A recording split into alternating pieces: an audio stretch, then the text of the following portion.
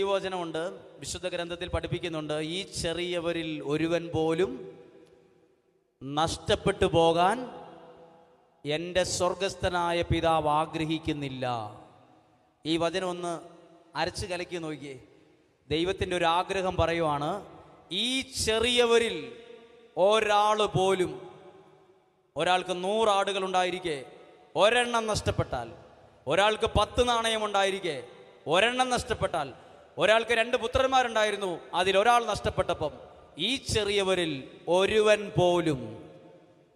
ഇതെനിക്ക് ശരിക്കും മനസ്സിലായി. ഞാൻ വയനാട് ജില്ലയിൽ ഒരു പള്ളിയിൽ ധ്യാനത്തിന് പോയപ്പോൾ ആ വികാരിയച്ഛൻ മാസങ്ങൾക്ക് മുമ്പേ നന്നായിട്ട് ഒരുക്കി പ്രാർത്ഥിച്ചൊരു ധ്യാനം വെച്ച് എല്ലാ വീട് സന്ദർശനം നടത്തി ധ്യാനം നടത്തി എന്നെ വിളിച്ചു പറഞ്ഞു, അച്ഛാ, സാധാരണ ഒരു ധ്യാനം നടത്തുന്ന പോലെ തട്ടിക്കൂട്ട് പരിപാടിയല്ല, ഇതെല്ലാ വീടുകളിലും പോയി പ്രാർത്ഥിച്ച് വെഞ്ചരിച്ച് ഞാൻ ഈ ധ്യാനത്തിൽ എല്ലാവരോടും പറഞ്ഞിട്ടുണ്ടെന്ന് പറഞ്ഞു. അതുകൊണ്ട് ഇടവകയിലെ ആളുകൾ 99% ആൾക്കാർ വന്നിട്ടുണ്ടെന്ന് ഞാൻ വിശ്വസിക്കുകയാണ്. ധ്യാനം കഴിഞ്ഞ് 2 ദിവസം കഴിഞ്ഞപ്പോൾ വികാരിയച്ഛൻ എതിരെ വരുന്നൊരു കൈക്കാരനെ വിളിച്ചിട്ട് ചോദിക്കുവാണ്, എടാ, നമ്മൾ ആ വീട്ടിൽ പോയെങ്കിലും അയാൾ ധ്യാനത്തിന് വന്നില്ലല്ലേ എന്ന്. അപ്പോൾ ഈ കൈക്കാരൻ അച്ഛനോട് ഉറക്കെ പറയാണ്, അയാൾ വരാതിരിക്കുക അച്ഛോ നല്ലേന്ന്. രണ്ടാമത് അയാൾ ഒരു ഡയലോഗ് പറഞ്ഞു, അയാൾ വരികയലച്ചോ, വരാത്തതാ നല്ലത്, വരാതിരിക്കട്ടെ, വന്നാൽ പിന്നെ ചടങ്ങ എന്നൊക്കെ പറഞ്ഞു. ഇതാരുടെ മനസ്സാ? ഒരു 480 വീട്ടുകാരുള്ള ഒരിടവകയിൽ ഈ മനുഷ്യൻ പറയുന്നു, ഒരാൾ വന്നില്ലേലും എന്നാ അച്ഛാ പ്രശ്നം, കാര്യങ്ങൾ നടക്കുന്നില്ലേ? ഈശോ എന്നാ പറഞ്ഞത്? ഇതൊരു മനുഷ്യൻ്റെ മനസ്സാ. ഒരാൾ വന്നില്ലേലും എന്നാ, അയാൾ പ്രാർത്ഥിച്ചില്ലേ എന്നാ, അയാൾ ധ്യാനം കൂടിയില്ലേ എന്നാ? ഈശോയുടെ മനസ്സെന്നാ? ഒരാൾ വന്നില്ലേ പോട്ടെ, അവൻ വന്നില്ലേലും കാര്യം നടക്കില്ലേ? ഇത് ഈശോ പറഞ്ഞിട്ടില്ല. ഈ ചെറിയവരിൽ ഒരുവൻ പോലും. അതിൻ്റെ അർത്ഥം എന്നാ? ഈ നിൽക്കുന്ന ഞാനും ഇവിടെ ഇരിക്കുന്ന നിങ്ങൾക്കും, നിങ്ങൾ ഓരോരുത്തർക്കും ഈശോ വലിയൊരു വിലയായിട്ടിരിക്കുന്നത്. നിങ്ങൾക്കൊരു വിലയുണ്ട്. നിങ്ങൾ ദൈവസന്നിധിയിൽ വിലയുള്ളവരാണെന്ന് അറിയണം. എനിക്ക് വേണ്ടി എനിക്ക് ദൈവം വിലയിട്ടിട്ടുണ്ട്. ഈ ലോകത്തിൽ മറ്റാരും വലിയ വിലയൊന്നും എനിക്ക് കൽപ്പിച്ചിട്ടില്ലെങ്കിലും എൻ്റെ സ്വർഗത്തിലെ ദൈവം എനിക്ക് വലിയ വിലയായിട്ടിരിക്കുന്നേ. ഇതറിയുമ്പോഴാണ് ദൈവത്തിൻ്റെ സ്നേഹം നമ്മൾ അറിയുന്നേ. പറഞ്ഞേ ഹല്ലേലൂയാ. ഒരു കരം ഉയർത്തി ഉറക്കിയെന്ന് പറഞ്ഞേ ഹല്ലേലൂയാ, ഹല്ലേലൂയാ. കരങ്ങൾ താഴ്ത്താം. പ്രിയപ്പെട്ടവരെ, ദൈവത്തിൻ്റെ സ്നേഹം. ഇനി നാളെ ഒരു കുമ്പസാരത്തിന് ഒരുങ്ങുമ്പം പാപം നമുക്കൊരു വലിയ ബ്ലോക്കാണ്. ബ്ലോക്ക് എന്ന് പറഞ്ഞാൽ നമ്മുടെ പ്രാർത്ഥന കേട്ട് അനുഗ്രഹം വരാനുള്ള തടസ്സമാണ് പാപം. പാപം തടസ്സമായിട്ട് നിൽക്കും. നമ്മളൊക്കെ പറയില്ല, എല്ലാത്തിനും തടസ്സമാ. ജോലി കിട്ടാൻ തടസ്സം, വീട് വെക്കാൻ തടസ്സം, എല്ലാ ഉയർച്ചയ്ക്ക് തടസ്സം, വളർച്ചയ്ക്ക് തടസ്സം. എന്താ ഈ തടസ്സം? പാപമാണ് തടസ്സം. ഹല്ലേലൂയാ. തടസ്സം മാറിയാൽ ദൈവീക ഇടപെടൽ ഉണ്ടാവും. ഈ കല്ല് മാറ്റിയപ്പോൾ ദൈവശക്തി ചീഞ്ഞഴിയാൻ തുടങ്ങിയ ലാസറിന്റെ ശരീരത്തിൽ ചെന്നപ്പോൾ ദൈവമഹത്വം ദർശിച്ചതുപോലെ പാപം മാറുമ്പോൾ ദൈവശക്തി നമ്മൾ പ്രാർത്ഥിക്കുന്ന വിഷയങ്ങളിൽ വെളിപ്പെടും. അത് ഉറപ്പാ. എല്ലാ അത്ഭുതങ്ങളുടെയും പുറകിൽ ഒരു വിശുദ്ധീകരണം ദൈവം ആവശ്യപ്പെടും. പറഞ്ഞേ ഹല്ലേലൂയാ. യെശയ്യാ പ്രവാചകന്റെ പുസ്തകം 59-ാം അധ്യായത്തിലാണിത്. തടസ്സം എന്ന് എഴുതിയിട്ടുണ്ട്. രക്ഷയ്ക്ക് തടസ്സം. യെശയ്യാ പ്രവാചകന്റെ പുസ്തകം 59-ാം അധ്യായം ശ്രദ്ധിച്ച് കേൾക്കാമോ? നിന്റെ പാപങ്ങൾ ദൈവത്തെയും നിന്നെയും തമ്മിൽ അകറ്റിയിരിക്കുന്നു, അതിനാൽ അവിടുന്ന് പ്രാർത്ഥന കേൾക്കില്ല. നമ്മുടെ പാപങ്ങൾ ഏറ്റുപറഞ്ഞ് ദൈവവചനം കേട്ട് പ്രാർത്ഥിക്കുമ്പോഴായിരിക്കും നോക്കി നിൽക്കത്തക്ക വിധമുള്ള അഭിഷേകവും അത്ഭുതങ്ങളും ദൈവം ചെയ്യുന്നത്. ഞാൻ അത്ഭുതങ്ങളിൽ വിശ്വസിക്കുന്നയാളാണ്. I believe in miracle. ആരും പഠിപ്പിച്ചത് കൊണ്ടല്ല, ഞാൻ എൻ്റെ സാധാരണ കണ്ണുകൾ കൊണ്ട് അത്ഭുതങ്ങൾ കണ്ടിട്ടുണ്ട്. ബുദ്ധി കൊണ്ടല്ല, സാധാരണ കണ്ണുകൾ കൊണ്ട്. എപ്പോൾ നമ്മുടെ മുമ്പിൽ സാധാരണക്കാർ കൈവിരിച്ചു പിടിച്ച് പ്രാർത്ഥിക്കുന്നു, ഹൃദയം നുറുങ്ങി അപ്പുറത്ത് ഒരു വൈദികൻ്റെ അടുത്ത് പോയി കുമ്പസാരിക്കുന്നു, അവൻ ജീവിത വിശുദ്ധീകരണം പ്രാപിക്കുന്നു, പ്രാർത്ഥിക്കുന്നു, അവൻ്റെ കാര്യത്തിൽ ദൈവം ഇടപെടുന്നു. ഏത് ധ്യാന കേന്ദ്രങ്ങളിലും ഏത് പ്രാർത്ഥിക്കുന്ന സ്ഥലങ്ങളിലും അത്ഭുതം നടക്കുന്നതിൻ്റെ പിറകിൽ ഈ സംഭവം നടക്കുന്നതായി കാണാൻ പറ്റും. എല്ലാ അത്ഭുതങ്ങളുടെയും പിറകിൽ ദൈവം ഒരു വിശുദ്ധീകരണം ആവശ്യപ്പെടുന്നു. പറഞ്ഞേ ഹല്ലേലൂയാ. ഞാൻ ഈ തടസ്സത്തെക്കുറിച്ചൊന്ന് പറയാൻ ആഗ്രഹിക്കുകയാണ്. തടസ്സം മാറണം. തടസ്സം മാറുമ്പോഴാണ് ദൈവശക്തി വെളിപ്പെടുന്നത്. ഇവിടെ ബൈബിൾ യെശയ്യാ പ്രവാചകൻ പറയുകയാണ്, തടസ്സം പാപമാണ്. പാപം എടുത്തു മാറ്റണം. എങ്ങനെ മാറ്റും? നല്ലൊരു അനുതാപം, മനസ്സാക്ഷിയിൽ നിന്നുള്ള ഒരു ഏറ്റുപറച്ചിൽ സംഭവിക്കണം. ഈ പാപം തടസ്സമാകുന്നു എന്ന് എനിക്ക് ബോധ്യപ്പെട്ടൊരു സംഭവം, എന്നെ ബോധ്യപ്പെട്ടൊരു സംഭവം ഞാൻ നിങ്ങളോട്, എൻ്റെ ഒരു അനുഭവം ഞാൻ നിങ്ങളോട് പറയുകയാണ്. ഇത് പിന്നീടാണ് ഇതിനെക്കുറിച്ചൊക്കെ ചിന്തിക്കുന്നത്. ഞാൻ സെമിനാരി പഠിച്ചുകൊണ്ടിരിക്കുമ്പോൾ, ഈ സെമിനാരിയിലൊരു പ്രത്യേകത, ഈ പല തരത്തിലുള്ള വൈദിക വിദ്യാർത്ഥികളുണ്ട് ഒരു സെമിനാരിയിൽ. 3 തരത്തിലുള്ള വൈദിക വിദ്യാർത്ഥികളെയാണ് ഞാൻ കണ്ടത്, ഞാൻ പരിചയപ്പെട്ടതും. 3 തരത്തിൽ. ഒന്ന് നന്നായി പഠിക്കുന്നൊരു ഗ്രൂപ്പാണ്, പിന്നെ ഒരു ഇടത്തരം പഠിത്തമുള്ളവർ, പിന്നെ ഒട്ടും പഠിക്കാത്തവർ. ഞാൻ ഈ സെമിനാരിയുടെ 3ാമത്തെ ഗ്രൂപ്പിൽപ്പെട്ട ആളാണ്. അതിൻ്റെ സംസ്ഥാന പ്രസിഡൻ്റായിട്ട് ജോലി ചെയ്തിട്ടുണ്ട്. എനിക്ക് ഏറ്റവും ഇഷ്ടമില്ലാത്തതാണ് പഠിക്കുക, വായിക്കുക. അപ്പോൾ എന്നോട് അച്ഛൻ റെക്ടറച്ച് ചിലപ്പോൾ പറയാറുണ്ട്, നീ ഒരു പുസ്തകം വായിച്ച് കണ്ടിട്ട് എനിക്ക് കണ്ണടയ്ക്കാൻ പറ്റുമോയെന്ന്. എനിക്ക് ഈ വായന പഠനമൊന്നും ഇഷ്ടമില്ലാത്ത ഒരു കൂട്ടത്തിൽപ്പെട്ട എന്തോ അങ്ങനെ. അപ്പോൾ എന്നെ നിർബന്ധിച്ച് ചില പുസ്തകങ്ങളൊക്കെ വായിപ്പിച്ചിട്ടുണ്ട്. അപ്പോൾ എനിക്ക് എന്നെപ്പോലുള്ളവരോടൊക്കെയാണ് എനിക്ക് കൂടുതൽ താല്പര്യം. അതുകൊണ്ട് സുഹൃത്തുക്കളൊക്കെ ഒപ്പം ഉള്ളവരൊക്കെ ഏകദേശം ഇങ്ങനെയൊക്കെ ഉള്ളവരായിരുന്നു, വലിയ പഠിത്തമൊന്നും ഇല്ലാത്തവരാണ്. സെമിനാരി പഠിക്കുമ്പോൾ ഒരു ചെറിയ രോഗം ഉണ്ടായിരുന്നു, വിശപ്പിൻ്റെ രോഗമെന്ന് പറയും. അത് ചിലർക്ക്, ഈ പഠിക്കാൻ പുറകോട്ട് നിൽക്കുന്നവർക്ക് ഒരു രോഗം ഉണ്ടായിരിക്കും ചിലർക്കൊക്കെ. ഏത് രോഗം? ആ ഫുൾ ടൈം വിശപ്പായിരിക്കും. ഇപ്പം സെമിനാരിയിൽ വിശപ്പിൻ്റെ രോഗം ഉണ്ടെന്നതുകൊണ്ട് എനിക്ക് കിട്ടിയ ജോലികളൊക്കെ എൻ്റെ ഈ രോഗത്തിന് പറ്റിയതല്ല. ഞാൻ നോക്കിയപ്പോൾ സെമിനാരിയിൽ പല ഡ്യൂട്ടികളുണ്ട്. ഒരു ഡ്യൂട്ടി കിട്ടുവാണെങ്കിൽ ഇതോടുകൂടി എൻ്റെ രോഗത്തിന് ശമനം കിട്ടും, ആരോഗ്യവും മെച്ചപ്പെടുമെന്ന് എനിക്ക് മനസ്സിലായി. ആ ഒരു ഡ്യൂട്ടിയുടെ പേരാണ് ഫ്രൂട്ട് മാസ്റ്റർ. നല്ലൊരു പണിയാണ്. അപ്പോൾ എൻ്റെ ഒരു കൂട്ടുകാരൻ പറഞ്ഞു, നീ അച്ഛനോട് പോയി ചോദിക്കുക, ഫ്രൂട്ട് മാസ്റ്ററായിട്ട് ഇടാൻ പറ്റുമെന്ന് ചോദിക്കുക. അത് അധികം ആൾക്കാർക്ക് ആകാൻ ഇഷ്ടമില്ലാത്തൊരു പണിയാണ്. കാരണം ഇത് മഴയാണെങ്കിലും വെയിലാണെങ്കിലും പറമ്പിൽ കൂടെ പോകണം, കൊല വെട്ടണ ചടങ്ങാണ്. അപ്പം ഞാൻ അച്ഛനെ കണ്ടപ്പോൾ ചോദിച്ചു, അച്ഛോ അടുത്ത പ്രാവശ്യം വർക്ക് ഇടാൻ നേരത്തെ എന്നെ ഫ്രൂട്ട് മാസ്റ്റർ ആക്കാൻ പറ്റുമോ എന്ന് ചോദിച്ചു. ശ്രദ്ധിച്ചോളാന്ന് പറഞ്ഞൊരു കടലാസിൽ എൻ്റെ പേരൊക്കെ എഴുതി വെച്ചു. അടുത്ത പ്രാവശ്യം ഡ്യൂട്ടി ഇട്ടപ്പോൾ ഞാൻ ജൂനിയർ ഫ്രൂട്ട് മാസ്റ്റർ, എനിക്ക് സീനിയറായിട്ടൊരു ഫ്രൂട്ട് മാസ്റ്ററും ഉണ്ട്. എനിക്ക് ഭയങ്കര സന്തോഷമായി. എന്നെപ്പോലെ തന്നെ പഠിക്കാത്ത മരമണ്ടനായ ഒരുത്തരാണ് സീനിയറായിട്ടുള്ളത്. ഞങ്ങൾ തമ്മിൽ ഭയങ്കര സുഹൃത്തുക്കളായി. സെമിനാരിയിൽ അവൻ എന്നെ ചില കള്ളത്തരങ്ങൾ പഠിപ്പിച്ചു. അവൻ എന്നോട് പറഞ്ഞു, എനിക്കും വിശപ്പിൻ്റെ രോഗമുണ്ട് മോനെ എന്ന് പറഞ്ഞു. അപ്പോൾ അവനും ഈ രോഗമുണ്ട്, അതുകൊണ്ട് ഞങ്ങൾ രോഗത്തിൻ്റെ കാര്യത്തിലും സെയിമായിട്ട് നിൽക്കുകയാണ്. അപ്പോൾ ഇവൻ എന്നോട് പറഞ്ഞു, സെമിനാരി ഭയങ്കര നിയമങ്ങളാണ്. പഴം തിന്നാൻ പാടില്ല, പഴം നോക്കാൻ പാടില്ല, അങ്ങോട്ട് പോകാൻ പാടില്ല, തിരിയാൻ പാടില്ല, ഭയങ്കര നിയമങ്ങൾ. ഇവരെന്നെ ചില കാര്യങ്ങൾ പഠിപ്പിച്ചു. നമ്മൾ ഒത്തു നിന്നാൽ ചില കാര്യങ്ങൾ ചെയ്യാൻ പറ്റും, ഇത് നീയായിട്ട് അറിഞ്ഞാൽ മതി എന്ന് പറഞ്ഞു. ആ ഒരു ജോലിയുമായി ബന്ധപ്പെട്ട് ഇവൻ പറഞ്ഞു, എപ്പം ഈ പുകപ്പരയിൽ പുകയൊക്കെ ഇട്ട് പഴമൊക്കെ ഈ കൊല പഴിപ്പിച്ചാലും നമുക്ക് 2 പേർക്കുമുള്ള പടലകൾ തിരിച്ച് പുകപ്പരയിൽ തന്നെ വെച്ചേക്കണം, അത് സപ്ലൈക്ക് വിടണ്ടെന്ന് പറഞ്ഞു. അതവിടെ ഇരുന്നോട്ടെ, അത് നമുക്കുള്ളതാണ്, അത് നീ വിവേകപൂർവ്വം ചെയ്താൽ മതി എന്ന് പറഞ്ഞു. ഞാൻ കൈ കൊടുത്തിട്ട് പറഞ്ഞു, കൺഗ്രാജുലേഷൻ, വെരി ഗുഡ് എന്ന് പറഞ്ഞു. നല്ലൊരു ഐഡിയ ആണ്, നേരത്തെ പറയേണ്ടതായിരുന്നു എന്ന് എനിക്ക് തോന്നി. അങ്ങനെ ഈ പുകപ്പര ഇരിക്കുന്ന സ്ഥലം അധികം ശ്രദ്ധിക്കപ്പെടുന്നൊരു സ്ഥലത്തല്ല, പുറകുവശത്തേക്കാണ്. ആ ഒരു ചെറിയൊരു ഗുഡ്സ് മുറിയാണ്, ഒരു ചെറിയൊരു വാതിൽ അതിനുണ്ട്. അതിനകത്ത് കൊണ്ടുവച്ച് പോകും. ഇതൊക്കെ നിസ്സാരമായ ചില കാര്യങ്ങളാണ്. സെമിനാരിയിൽ പരീക്ഷയൊക്കെ ആകാറായപ്പോൾ മിക്കവർക്കും ഒരു രോഗം ഉണ്ടാവും. എന്ത്? പഠിക്കുന്നവർക്കുണ്ടാകുന്ന രോഗമാണ് പഠിച്ചില്ലല്ലോ എന്നൊരു രോഗം. പഠിക്കാത്തവർക്ക് ആ രോഗം ഒരിക്കലും ഉണ്ടാവില്ല. എനിക്ക് ആ രോഗം ഉണ്ടായിട്ടേ ഇല്ല. ഏത്? പഠിച്ചില്ലല്ലോ എന്നൊരു പ്രശ്നമില്ല. ഒന്നും പഠിച്ചില്ലെങ്കിലും എൻ്റെ മനസ്സ് പറയും എല്ലാം പഠിച്ചു. എനിക്ക് അവിടെ ഭയങ്കര സന്തോഷമാണ്. അപ്പം ഞാൻ പരീക്ഷയൊക്കെ എല്ലാവരും പഠിക്കാൻ വേണ്ടി സെമിനാരികളിൽ ഇങ്ങനെ ഇരിക്കുമ്പോൾ നല്ല നിശബ്ദമായൊരു അന്തരീക്ഷമാണ്.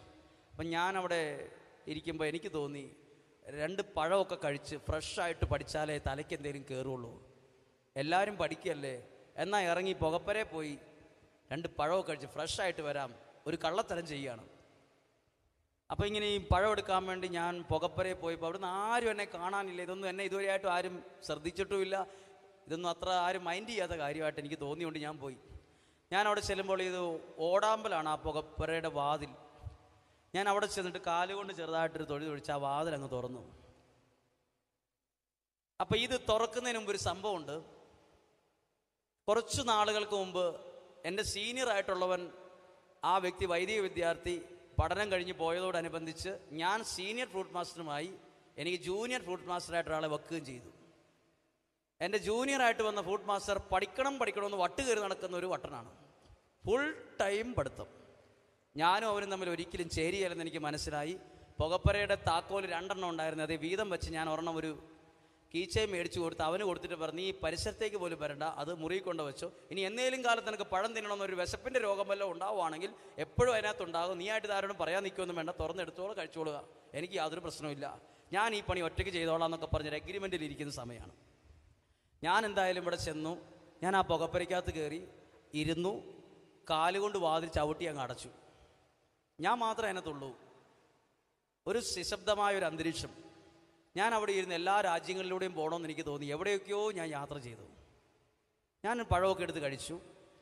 എൻ്റെ കൂട്ടുകാരൻ താമസിക്കുന്നത് മുകളിലത്തെ നിലയിലാണ്.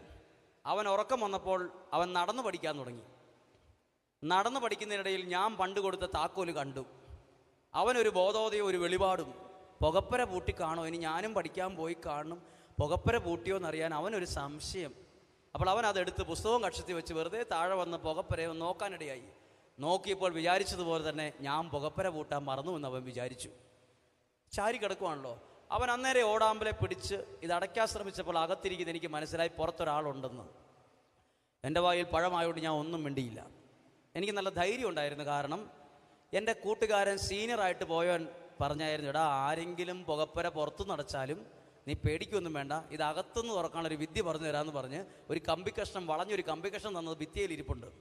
അതായത് ഓടാമ്പലിട്ടാലും പൂട്ടിയിട്ടില്ലെങ്കിൽ ഇത് അകത്തോടെ ഇട്ട് ഇത് തുറക്കാൻ പറ്റും. അതുകൊണ്ട് എനിക്ക് ഞാൻ മിണ്ടാതെ അവിടെ ഇരുന്നു. ഇപ്പോൾ ആരാണെങ്കിലും പോയതിന് ശേഷം ഞാൻ തുറക്കും എന്ന് ഞാൻ ചിന്തിച്ചു. ഇവരെനിക്കൊരു ഉപകാരം ചെയ്തു. വാതിലടച്ചു. ഈ കൊണ്ടുവന്ന താക്കോല് കൊണ്ട് ഇത് പൂട്ടി താക്കോലായിട്ട് അവിടെ നിന്നു. ഇവൻ അന്നേരം വേറൊരു വെളിപാടുണ്ടായി. എന്നെ ശല്യപ്പെടുത്തണ്ടല്ലോ എന്ന് വിചാരിച്ച് ഇതിനകത്തിരിക്കുന്ന കൊല പഴുപ്പിക്കാൻ വേണ്ടി കുറച്ച് പുകയിട്ടപ്പുറത്ത്. ഈ പുകയിടുന്നൊരു പരിപാടിയുണ്ട്. ഇവൻ ഈ റബ്ബർ ഷീറ്റൊക്കെ പുകയ്ക്കുന്നതേ കണ്ടിട്ടുള്ളൂ. പഠിക്കാൻ അറിയാമെങ്കിലും പ്രാക്ടിക്കലായിട്ട് ഇതൊക്കെ വേറൊരു ഇത് വേണം. ഇവൻ ഈ ഷീറ്റിന് പുകയ്ക്കുന്ന പോലെ കുറേ ചകിരിയെല്ലാം അങ്ങനെ ഇട്ടൊരു വേറൊരു പുകയിട്ട് തീ വിട്ടിട്ട് ഇവനങ്ങ് പോവുകയാണ്. കുറച്ച് കഴിഞ്ഞപ്പോൾ പുക, ഇരുട്ട്. അപ്പോൾ എനിക്കത് വലിയ ടെൻഷൻ തോന്നാത്തതുകൊണ്ട് ഞാൻ വലിയ ഒച്ചപ്പാടും ബഹളമൊന്നും ഇല്ലാത്തപ്പോൾ ഞാൻ ഈ വാതിൽ തുറക്കാനുള്ള എൻ്റെ പരിശ്രമം ആരംഭിച്ചു. ആദ്യത്തെ കുറച്ച് പരിശ്രമങ്ങൾ പരാജയപ്പെട്ടു. എനിക്കറിയാവുന്ന ടെക്നിക്കെല്ലാം വെച്ച് നോക്കി, തുറക്കാൻ പറ്റുന്നില്ല, മുന്നോട്ട് പോകാൻ പറ്റില്ല. എനിക്ക് കുടുങ്ങിയതായിട്ട് എനിക്ക് മനസ്സിലായി. ഇതിൽ ഒരു വലിയ കെണിപ്പെട്ടു എന്ന് എനിക്കങ്ങ് തോന്നി. എൻ്റെ കണ്ണ് നീറാൻ തുടങ്ങി. ഞാൻ അലറി, ഒച്ച വെച്ചു, ബഹളം വെച്ചു. ആരും വരുന്നില്ലാത്ത സമയത്ത് എനിക്ക് അവസാനം മരണം എന്ന് പറയുന്നൊരു സംഭവം നേരിട്ട് മുന്നിൽ നിൽക്കുന്ന പോലെ എനിക്കങ്ങ് തോന്നി. അയ്യോ മരിച്ചു പോകുമല്ലോ എന്ന് വിചാരിച്ചു. അപ്പം ഞാനിങ്ങനെ ദൈവത്തോട് പറഞ്ഞു, എനിക്കൊരു വൃത്തികെട്ട മരണം അതെന്നത് ശരിയായില്ല എന്ന് ഞാൻ പറഞ്ഞു. കാരണം ഏഷ്യാ ഭൂഖണ്ഡത്തിൽ ആരും പുകപ്പലയിരുന്ന് മരിച്ചിട്ടില്ല, പല രീതിയിൽ മരിച്ചിട്ടുണ്ട്. ഞാനാണ് ആദ്യമായിട്ട് മരിക്കാൻ പോകുന്നത്. ഞാൻ ദൈവത്തോട് പറഞ്ഞു, ഇത്രയും നാൾ ജീവിച്ചിട്ട് എനിക്കൊരു സ്റ്റാൻഡേർഡ് മരണം പോലും തന്നില്ല, ഒരു വേട്ട് മരണമാണല്ലോ തന്നത്, ഇതെന്തൊരു മരണമാണ്. മിക്കവാറും നാളെ ദീപിക പേപ്പറിൽ വരുമായിരിക്കും. ദീപിക പേപ്പർ ഒന്നാമത് ഇച്ചിരി കളർ കുറവുണ്ട്. ഒന്നാമത് ഈ പുകപ്പലയിലിരിക്കുന്ന ഫോട്ടോ മിക്കവാറും എടുത്തിടും. വൈദിക വിദ്യാർത്ഥി പുകപ്പലയിലിരുന്ന് മരിച്ച് കട്ടമായി പോയല്ലോ എന്നെനിക്ക് തോന്നി. ഇങ്ങനെയൊക്കെ തോന്നിയെങ്കിലും ഈ വാതിൽ തുറക്കാനുള്ള സകല പരിശ്രമവും നടത്തിയപ്പോൾ ഭക്ഷണം വച്ചുകൊണ്ടിരിക്കുന്ന ആൾക്ക് അതിലെ നടന്നു പോയപ്പോൾ വാതിലിളകുന്ന ഒച്ച കേട്ട് വാതിലിങ്ങനെ. അപ്പോൾ ഈ വ്യക്തി നോക്കിയപ്പോൾ ഇത് പൂട്ടിക്കിടക്കുകയാണ്. ഓടി സെമിനാരിയുടെ അകത്തേക്ക് കയറിയിട്ട് ഉറക്കെ കൈകൊട്ടി വിളിച്ചു, അതേ ബ്രദേഴ്സ്, പുകപ്പുരയിൽ ഒരു കള്ളനുണ്ടെന്ന് പറഞ്ഞു. അയാൾക്ക് അങ്ങനെയാണ് തോന്നിയത്.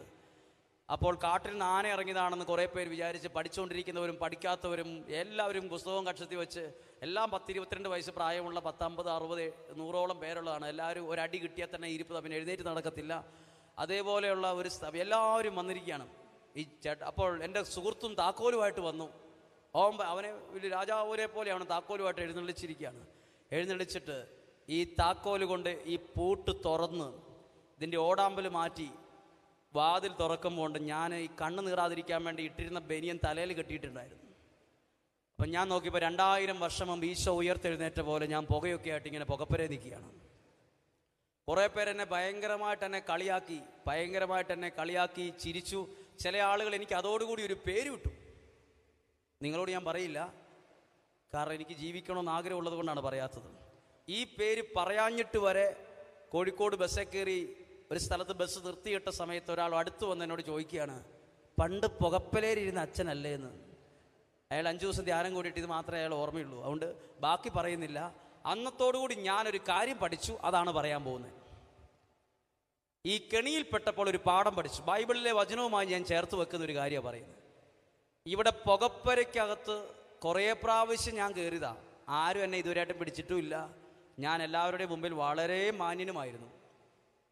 പക്ഷെ ഇത് ഞാൻ വിചാരിക്കാത്ത സമയത്ത് ഇത് പിടികൂടി എന്നെ ചില കാര്യങ്ങൾ ഇത് പഠിപ്പിച്ചു. സിംഹം കാട്ടിൽ നിന്ന് അലറിയാൽ എല്ലാവരും പേടിക്കുമോ?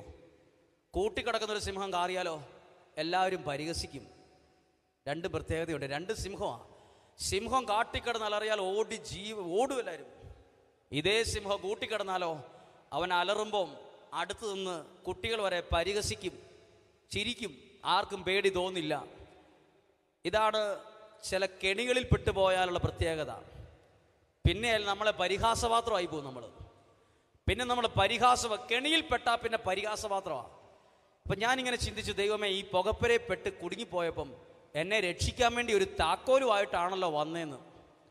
താക്കോല്, ഒരു പൂട്ട്. പത്രോസ്ലീഹായുടെ കയ്യിൽ ഈശോ കൊടുത്തത് എന്താ കൊടുത്തേ? സ്വർഗത്തിൻ്റെ താക്കോൽ. ഇത് ശ്ലൈഹിക പാരമ്പര്യം അനുസരിച്ച് എവിടെ ഇരിപ്പുണ്ട്? അതാണ് ഇന്നത്തെ കുമ്പസാരക്കൂട്.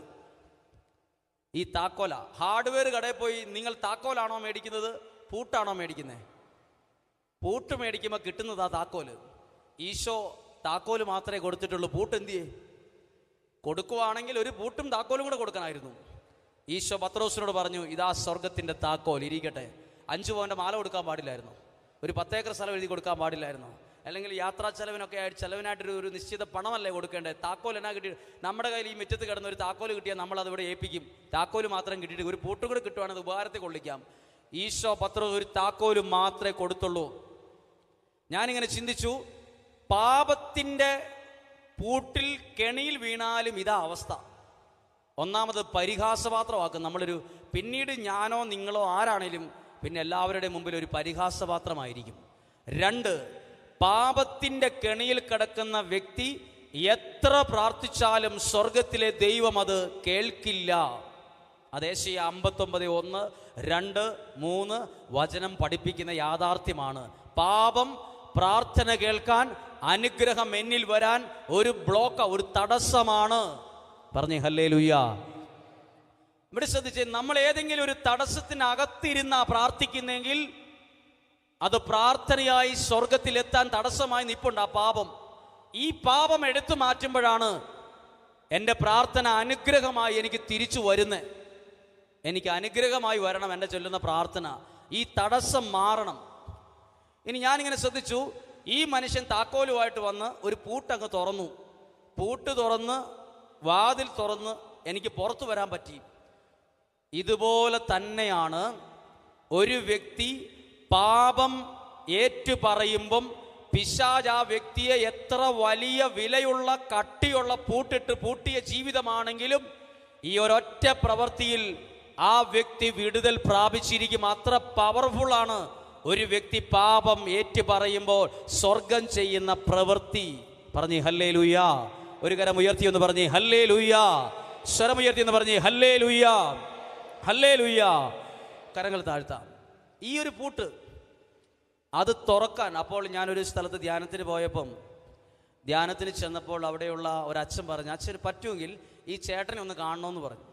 ആ ചേട്ടനെ കാണണമെന്ന് പറഞ്ഞപ്പോൾ ആ ചേട്ടൻ സാധാരണ പോലെ കാണാൻ ചെന്നപ്പോൾ ആ ചേട്ടൻ പറഞ്ഞു, ഞാൻ കുമ്പസാരിക്കുമെന്ന് വിചാരിച്ച് അച്ഛൻ എന്നോടൊന്നും പറയണ്ടെന്ന് പറഞ്ഞു.